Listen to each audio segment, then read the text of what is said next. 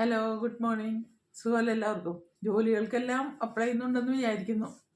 അപ്പോൾ ആർക്കൊക്കെയാണ് ഇതിലെ ഓസ്ട്രേലിയയുടെ വർക്കിംഗ് ഹോളിഡേ വിസയ്ക്ക് ഇൻവിറ്റേഷൻ വന്നിട്ടുള്ളത്? നിങ്ങൾ ഇമെയിലൊക്കെ ചെക്ക് ചെയ്തോ?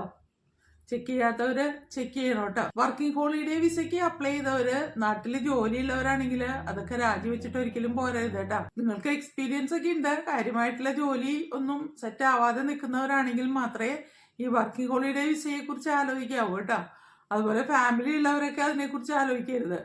നിങ്ങൾ ബാച്ചിലേഴ്സ് ആണെങ്കിൽ തീർച്ചയായിട്ടും നല്ലൊരു വിസയാണ്. നിങ്ങൾക്ക് അവിടെ ചെന്നിട്ട് 1 വർഷം ജോലി ചെയ്തിട്ട് വീണ്ടും സെക്കൻഡ് വർക്കിംഗ് ഹോളിഡേ വിസയ്ക്കൊക്കെ അപ്ലൈ ചെയ്യാം. കുറേ നാൾ ഒറ്റയ്ക്ക് നിൽക്കേണ്ടി വരും എന്നാണ് ഈ പറയുന്നത് കേട്ടോ. ഫാമിലിയെ കൊണ്ടുപോകാനായിട്ട് സാധിക്കില്ല അതിൽ. പിന്നെ എല്ലാവരും ജോലിക്കൊക്കെ അപ്ലൈ ചെയ്യുന്നതിന് മുമ്പ് മറ്റുള്ളവരോട് ഉപദേശങ്ങളൊക്കെ ചോദിക്കാൻ നിൽക്കരുത്. നിങ്ങളുടെ പല ആൻറ്റിമാരും അതുപോലെ ചേച്ചിമാരും ഒക്കെ അവിടെ ചെന്ന് സെറ്റിലായവരുണ്ടാവും. ഇവരോടൊക്കെ അഭിപ്രായം ചോദിക്കാൻ നിന്നിട്ടുണ്ടെങ്കിൽ നിങ്ങളുടെ പോക്ക് നടക്കില്ല. നിങ്ങളുടെ കാര്യം നിങ്ങൾ സ്വയം തീരുമാനിക്കുക. ആരോടും പറയാനൊന്നും പോകണ്ട. ഇതുപോലെ ജോലിക്കൊക്കെ അപ്ലൈ ചെയ്യുന്നുണ്ട്, എനിക്ക് ജോലി കിട്ടാറായിട്ടുണ്ട്, ഇതൊന്നും ആരോടും പറയാൻ നിൽക്കരുത്. കാരണം ഇതുപോലുള്ള ആളുകൾക്ക് അസൂയായിരിക്കും. കാരണം അവരവിടെ ചെന്ന് സെറ്റിൽ ചെയ്ത് കഴിഞ്ഞു, ഇനിയും ആളുകൾ വരാൻ പോകുന്നു എന്ന് പറയുമ്പോഴേക്കും പല റൂമേഴ്സൊക്കെ ഇവിടെ പറക്കുന്നുണ്ട്. അതായത് ഇപ്പോൾ ചെല്ലുന്നവർക്കൊന്നും PR കിട്ടുന്നില്ല, PR കിട്ടാൻ തക്ക വിധത്തിലുള്ള ജോലി കിട്ടുന്നില്ല, ഇങ്ങനെയൊക്കെ ചില റൂമേഴ്സ് ഒക്കെ ഉണ്ട്. പക്ഷെ അതൊന്നും ശരിയല്ല കേട്ടോ. നിങ്ങൾ അവിടെ ചെന്ന് ഒരു 3 ഇയർ ഡിഗ്രി എടുക്കുകയാണെങ്കിൽ നിങ്ങൾക്ക് തീർച്ചയായിട്ടും അവിടെ ജോലി കിട്ടുമെന്നുള്ളത് ഉറപ്പാണ്. പിന്നെ നാട്ടിൽ നിന്നുകൊണ്ട് തന്നെ PR എടുത്ത് ഓസ്ട്രേലിയയിലേക്ക് പോകാം. ന്യൂസിലൻഡിലേക്ക് അതിനുള്ള സൗകര്യം ഇല്ല കേട്ടോ. ന്യൂസിലൻഡിൽ PR കിട്ടി വരണമെന്നുണ്ടെങ്കിൽ സ്കിൽഡ് ലിസ്റ്റിൽപ്പെട്ടവരായിരിക്കണം. അപ്പോൾ ആ ലിസ്റ്റിൽപ്പെട്ടവര് ഇതുപോലുള്ള എംപ്ലോയേഴ്സിന്റെ, അതായത് അക്രഡിറ്റഡ് എംപ്ലോയേഴ്സിന്റെ ജോബ്സിന് അപ്ലൈ ചെയ്യുക. അപ്പൊ നിങ്ങൾക്കൊരു ജോബ് ഓഫർ കിട്ടും. ആ ജോബ് ഓഫർ കിട്ടി കഴിഞ്ഞിട്ടുണ്ടെങ്കിൽ പിന്നെ വിസയ്ക്ക് അപ്ലൈ ചെയ്യലാണ് അടുത്ത പ്രോസസ്സ്. അപ്പൊ അങ്ങനെ വിസയ്ക്ക് അപ്ലൈ ചെയ്ത് PR കിട്ടി തന്നെ ഇങ്ങോട്ട് വരാം. ആ കിട്ടിയ ജോലിയിൽ ഇരിക്കുമ്പോൾ തന്നെ ഉടനെ തന്നെ നിങ്ങൾക്ക് PRന് അപ്ലൈ ചെയ്യാം. അത് ന്യൂസിലൻഡിൽ വന്നതിന് ശേഷം മാത്രമേ PRന് അപ്ലൈ ചെയ്യാനായിട്ട് സാധിക്കുള്ളൂ കേട്ടോ. ആ എംപ്ലോയർ ത്രൂ തന്നെ നിങ്ങൾക്ക് PR കിട്ടും. എന്നാൽ ഓസ്ട്രേലിയയിലെ സ്ഥിതി അതല്ല. ഓസ്ട്രേലിയയില് പലതരത്തിലുള്ള വിസകളുണ്ട്. ഇപ്പൊ ഞാൻ പറഞ്ഞില്ലേ വർക്കിംഗ് ഹോളിഡേ വിസ, അത് ന്യൂസിലൻഡിലും ഉണ്ട് ഓസ്ട്രേലിയയിലും ഉണ്ട്. അതുപോലെ തന്നെ ഓസ്ട്രേലിയയിലേക്ക് പോകാനായിട്ട് നമുക്ക് PR എടുത്ത് നാട്ടിൽ നിന്ന് തന്നെ പോവാം. ഒരു പോയിന്റ് സിസ്റ്റമാണ് അതിനുള്ളത്. ഇപ്പൊ ആ പോയിന്റ് സിസ്റ്റത്തിലേക്ക് ഒരുപാട് മാറ്റങ്ങളൊക്കെ വരുത്തിയിട്ടുണ്ട് കേട്ടോ. ന്യൂസിലൻഡിലും ഒരുപാട് ഇമിഗ്രേഷൻ ചേഞ്ചസ് ഒക്കെ വന്നിട്ടുണ്ട്. സ്റ്റുഡൻസിനൊക്കെ എൻകറേജ്മെന്റ് ഉണ്ടാകുന്ന തരത്തിലുള്ള നിയമമാണ് ഇവിടെ പാസ്സാക്കിയിട്ടുള്ളത്. പുതുതായിട്ട് വന്ന ഇമിഗ്രേഷൻ ചേഞ്ച് അനുസരിച്ച് സ്റ്റുഡൻസിനൊക്കെ ഒരുപാട് നേട്ടങ്ങളുണ്ട്. അപ്പൊ അതൊക്കെ നോക്കിയിട്ട് നിങ്ങൾ ഇതുപോലുള്ള സ്റ്റഡി വിസയ്ക്ക് പ്ലാൻ ചെയ്യുക കേട്ടോ. അതുപോലെ ഓസ്ട്രേലിയയിലും ഇതുപോലെ സ്റ്റഡി വിസ എടുക്കും. ന്യൂസിലൻഡിലേക്കാളും കുറച്ച് ഫീസ് കൂടുതലാണ് ഓസ്ട്രേലിയയിൽ. IELTS ഒക്കെ സെയിം തന്നെ. നമുക്ക് രജിസ്ട്രേഷൻ എടുക്കേണ്ട ജോബിന് IELTS 8 വേണം. എന്നാൽ ബാക്കിയുള്ള ജോബ്സിന് IELTS 6 മതി. എന്നാൽ സ്റ്റഡി വിസ എടുക്കുന്നവരും അതുപോലെ തന്നെ ജോലിക്ക് അപ്ലൈ ചെയ്യുന്നവരും ഒക്കെ തൊട്ടടുത്തുള്ള ഏജൻസിയിലൊക്കെ പോയിട്ട് കാര്യങ്ങളൊക്കെ വിശദമായിട്ട് ചോദിച്ച് മനസ്സിലാക്കുക കേട്ടോ.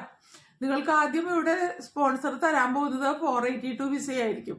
അപ്പൊ ആ സ്പോൺസറോട് തന്നെ ചോദിച്ചു നോക്കുക, എനിക്ക് ഈ വിസ ഒന്ന് ചേഞ്ച് ചെയ്ത് തരാൻ പറ്റുമോ, എന്നെ ഒന്ന് നോമിനേറ്റ് ചെയ്യാൻ പറ്റുമോ എന്നൊക്കെ ചോദിച്ചു നോക്കുക. ചില സ്പോൺസേഴ്സ് അത് സമ്മതിച്ചെന്ന് വരും. നിങ്ങൾക്ക് എക്സ്പീരിയൻസും അതുപോലെ നിങ്ങൾ സ്കിൽഡ് ആണെന്ന് അവർക്ക് ബോധ്യമായിട്ടുണ്ടെങ്കിൽ തീർച്ചയായിട്ടും അവരത് സമ്മതിച്ചെന്ന് വരും. ഇനി IELTS ഒന്നും വേണ്ടാത്ത ചില ജോലികളുണ്ട് കേട്ടോ. ഒന്ന് കെയർ ജോബ്സ്. ഹെൽത്ത് കെയർ ജോബ്സിന് IELTS വേണ്ട. അതുപോലെ നഴ്സസ് ആണ് കെയർ ജോബ്സിന് ഇങ്ങോട്ട് വരുന്നതെങ്കിൽ തീർച്ചയായിട്ടും IELTS 8 എടുത്തിട്ടേ ഇങ്ങോട്ട് പോരാവൂ കേട്ടോ. കാരണം നിങ്ങൾക്ക് കുറച്ച് കഴിയുമ്പോൾ ഇവിടെ രജിസ്റ്റർ ചെയ്തിട്ട് രജിസ്റ്റേർഡ് നഴ്സ് ആവാം. ഇനി അടുത്തത് ഹോട്ടൽ മാനേജ്മെന്റില് ചില ജോബ്സ്, കുക്കിന് IELTS വേണ്ട.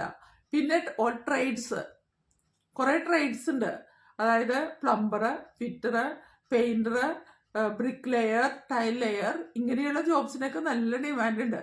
നിങ്ങൾ നാട്ടിൽ നിന്ന് ഇത്ര വലിയ ഡിഗ്രി ഒക്കെ എടുത്ത് ഇങ്ങോട്ട് പോരേണ്ട ആവശ്യമൊന്നുമില്ല കേട്ടോ. എന്റെ അഭിപ്രായത്തിലേ നിങ്ങൾ നാട്ടിൽ നിന്ന് വലിയ ഡിഗ്രി ഒക്കെ എടുത്ത് പോരേണ്ട ആവശ്യമൊന്നുമില്ല കേട്ടോ. നിങ്ങളൊരു റെക്കഗ്നൈസ്ഡ് ആയിട്ടുള്ള ഡിപ്ലോമ എടുക്കുക. എന്നിട്ട് ആ ഫീൽഡിൽ നിങ്ങൾ ഇപ്പൊ അത് പ്ലംബർ ആയാലും ഫിറ്റർ ആയാലും അതുപോലെ സിവിൽ എഞ്ചിനീയറിംഗ് ഡിപ്ലോമയൊക്കെ ഇല്ലേ, അതൊക്കെ എടുത്തിട്ടുണ്ടെങ്കിൽ നിങ്ങൾക്ക് ഓരോ സെക്ഷനിലേക്ക് പോകാൻ പറ്റില്ലേ. അപ്പൊ അതുപോലുള്ള ഡിപ്ലോമയൊക്കെ എടുക്കുക. പോളിടെക്നിക്കിലൊക്കെ പോയിട്ട് ITIയിലൊക്കെ പോയിട്ട് ഡിപ്ലോമ എടുത്തിട്ട് ആ ഫീൽഡിൽ തന്നെ നിങ്ങൾ എക്സ്പീരിയൻസ് നേടുക. എന്നിട്ട് IELTS കൂടി എടുക്കുക. അപ്പോൾ നിങ്ങൾക്ക് ജോലിക്ക് അപ്ലൈ ചെയ്യാനുള്ള നല്ലൊരു യോഗ്യതയായി.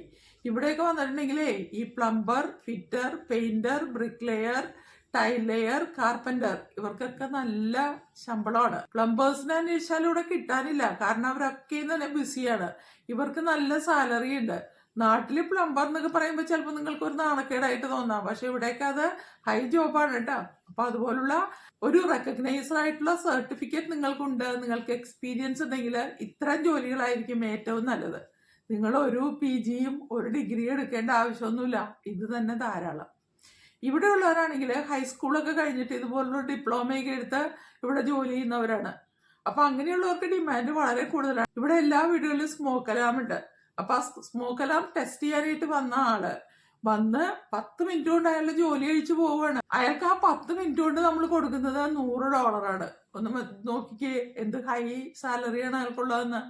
അപ്പൊ ഞാൻ അയാളോട് പറഞ്ഞു, ഒരു 2 മിനിറ്റ് കൂടെ ഇരുന്നിട്ടുണ്ടെങ്കിൽ ഞാനൊരു കോഫി ഉണ്ടാക്കി തരാമെന്ന് പറഞ്ഞു. അയാൾ പറഞ്ഞു, എനിക്ക് ടൈമില്ല, ഞാൻ വളരെ ബിസിയാണ്, നെക്സ്റ്റ് ടൈം വരുമ്പോൾ ഞാൻ നിന്റെ കയ്യിൽ നിന്ന് കാപ്പി കുടിച്ചോളാന്ന്. അപ്പോൾ ഒന്ന് ആലോചിച്ച് നോക്കിക്കേ, അവർ എന്തുമാത്രം ബിസി ആയിട്ടുള്ള ആൾക്കാരാണെന്ന്.